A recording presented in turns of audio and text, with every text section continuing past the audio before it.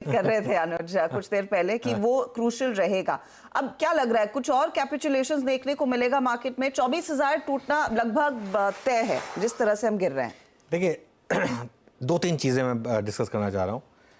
ये रेमिनिसेंट है जो 2008 वाली यादें आ गई इससे, क्योंकि जापान जैसा मार्केट, जापान जो दुनिया की तीसरी सबसे बड़ी इकॉनमी है और शायद वर्ल्ड की दूसरी सबसे बड़ी मार्केट है, वहाँ 11% की डिक्लाइन है हर्षदा।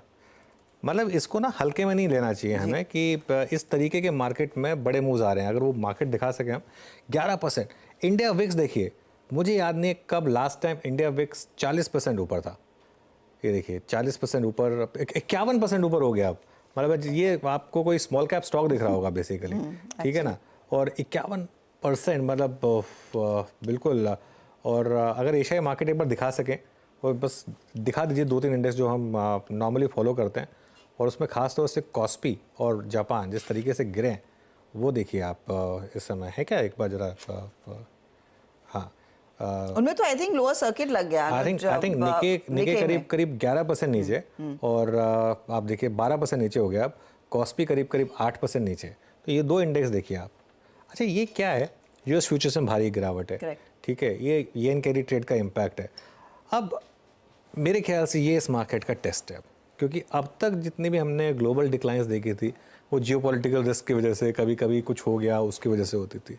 ये वाली जो डिक्लाइन है ये एक मैक्रो रीज़न की वजह से आ रही है कि यूएस में स्लो डाउन प्लस जापान का रेट हाइक, दोनों का कॉम्बिनेशन मिलाकर ये इम्पैक्ट है बेसिकली जो मार्केट पे इम्पैक्ट कर रहा है।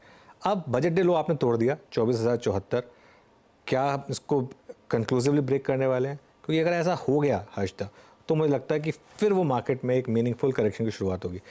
मैं एक पर्सपेक्टिव में डालना चाहता हूँ चीज़ों को। हम निफ्टी पर 2.5% नीचे हैं और 2.5% नीचे पे लोगों की चीखें निकल रही हैं। सोचिए 12% नीचे होने का क्या मतलब है। 12% नीचे का मतलब अगर हम 12% नीचे हो जाएं तो निफ्टी 22,000 पर हो, सिंपल। तो उस लेवल का इस समय मार्केट में पेन है। मैं यही कहूँगा कि पैनिक ना करें, पैनिक बिल्कुल नहीं करना है। और अच्छी ये नहीं कि आज लॉक स्टॉक एंड बैरल अपना पूरा पोर्टफोलियो बेच दिया, ऐसा कुछ नहीं हुआ है मार्केट में।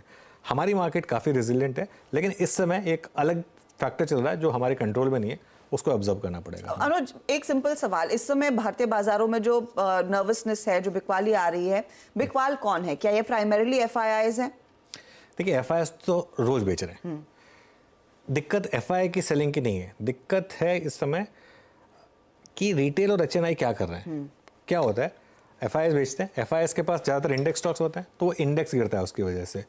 लेकिन एक स्टेज पर आकर रिटेल को लगता है कि नहीं अब मैं और माल नहीं खरीदूंगा। मैं एक एग्जांपल देता हूँ आपको। जब मैं छुट्टी पे गया था उससे पहले मैंने एक बात बताई थी कि म्यूचुअल फंड्स इस समय 1.25 लाख करोड़ के कैश पे बैठे हैं। कल न्यूज़ आई कि वॉरेन बफे ने 50% एप्पल बेच दिया और अब वो रिकॉर्ड कैश पे बैठे हैं उन्होंने। उनके पास जितनी यूएस ट्रेजरीज हैं वो फेड के पास भी नहीं है, वो इस लेवल की आ गई है। तो एक क्लियर कट इस समय मार्केट में मुझे लग रहा है कि मोर देन सेलिंग थोड़ी सी लैक ऑफ बाइंग है, थोड़ा सा एक कॉन्फिडेंस हिला है। क्योंकि ग्लोबल स्क्रीन जब इस तरीके की होती है, हर्षदा आप और मैं दोनों थे यहाँ पर जब हमने वो 2008 वाला मामला देखा था।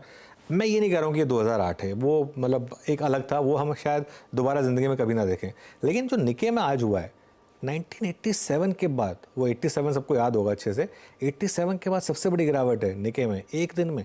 कॉस्पी में तो मैंने सुना है कि उन्होंने शॉर्ट सेलिंग बंद कर दी है। इस तरीके की मार्केट में तो ग्लोबल मार्केट में थोड़ा सा पैनिक है, उसका थोड़ा इम्पैक्ट हम पर। टेक्निकली आज देखा जाए तो हमारी मार्केट काफ़ी अच्छी है। करेक्ट, हम क्योंकि इतना नहीं गिरे जितना शायद हमारे ग्लोबल पीयर्स गिरे हैं, 2-2.5%। हाँ एक चीज़ है, ब्रॉडर मार्केट में थोड़ा सा केयरफुल होने की ज़रूरत है। ये जो मिड कैप और स्मॉल कैप में जो एक तरीके से एक वन वे तेज़ी चल रही थी ना, वहाँ पर मुझे लग रहा है कि थोड़ा ब्रेक लगने की ज़रूरत थी। वैसे भी थोड़े से मार्केट्स में एक्सेसेस, जिस तरीके के वैल्यूएशंस हो गए थे कुछ स्टॉक्स में, उनका थोड़ा करेक्शन होना ज़रूरी था। ओरेकल देखिए आप 6.5% नीचे इस समय, संवर्धन, मदरसन, कुछ मेटल स्टॉक्स जो ग्लोबल सेंसिटिव स्टॉक्स हैं वहाँ पर प्रेशर है।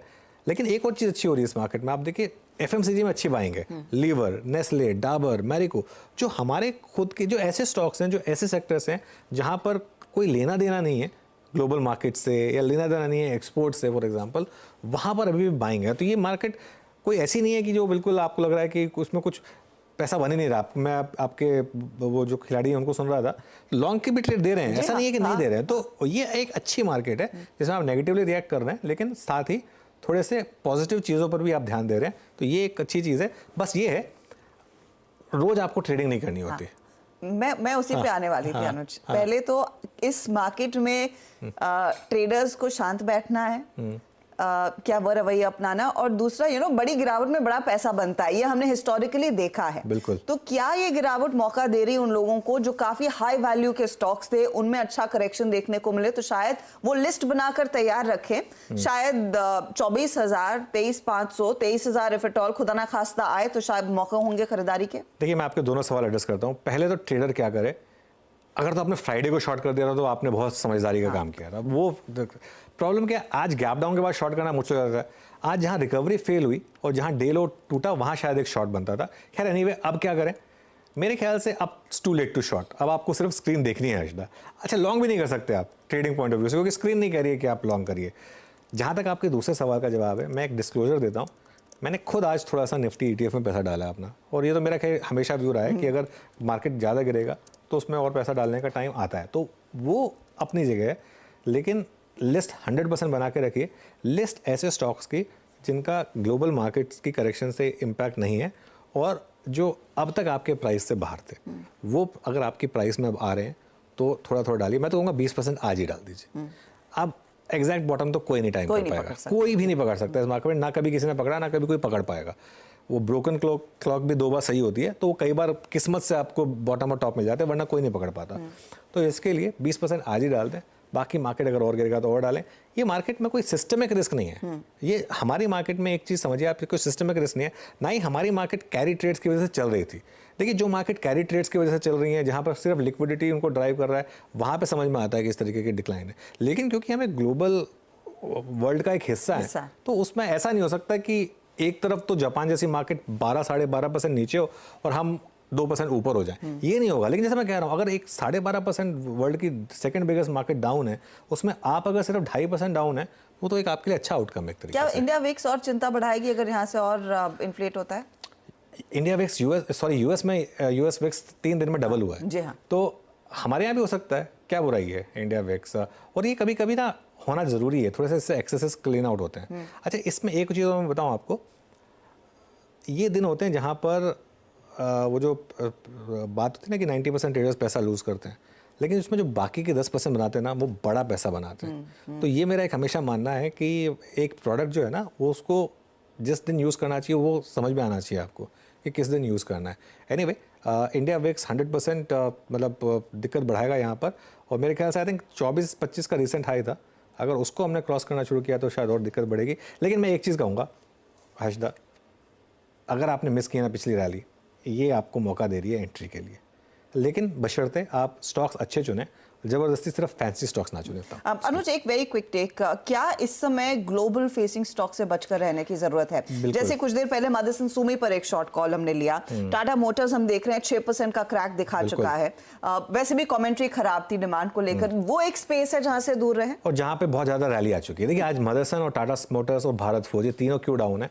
3-4 कारण है। एक तो ग्लोबल दिक्कतें, चाहे उसके अलावा क्लास 8 ट्रक ऑर्डर्स भी काफ़ी ख़राब थे, प्लस ये ग्लोबल मूड माहौल खराब, प्लस इनमें रैली बहुत ज़बरदस्त हुई है। आप तीनों स्टॉक्स उठा के देखिए, अगर तीनों स्टॉक्स का अगर आप 6 महीने का भी चार्ट देख लेंगे ना, संवर्धन का देख लें, चाहे टाटा मोटर्स का देख लें, चाहे भारत फोर्ज का देख लें, आपको आज की डिक्लाइन शायद नज़र भी नहीं आएगी। ये देखिए, ये संवर्धन का चार्ट है 6 महीने का, आपको आज की डिक्लाइन दिखेगी भी नहीं। टाटा मोटर्स में आपको आज की डिक्लाइन दिखेगी भी नहीं।